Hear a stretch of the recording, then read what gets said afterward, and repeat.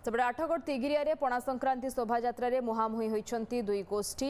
हिंदू सुरक्षा मंच पक्षर शोभायात्रा बेले भीमसेना और हिंदू सेना मुहांमुही होती। उभय गोष्ठी उभय को आक्षेप करिसेंती। तिगिरिया गांधी पड़िया दलित आदिवासी मंच पक्षर 133तम आंबेडकर जयंती बैठक चलता बेले से रास्ता दे हिंदू सुरक्षा मंचर शोभायात्रा जाउथिला। ए समय उभय गोष्ठीर समर्थक मुहांमुही होती। पर तिगिरिया पुलिस बुझासुझा पर उभय गोष्ठी हटिथिले।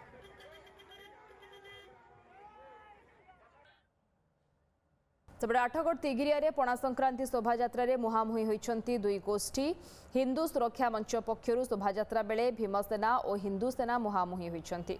उभय गोष्ठी उभय को आक्षेप करिसेंती। तिगिरिया गांधी पड़िया दलित आदिवासी मंच पक्षर 133तम आंबेडकर जयंती बैठक चलता बेले से रास्ता दे हिंदू सुरक्षा मंचर शोभायात्रा जाउथिला।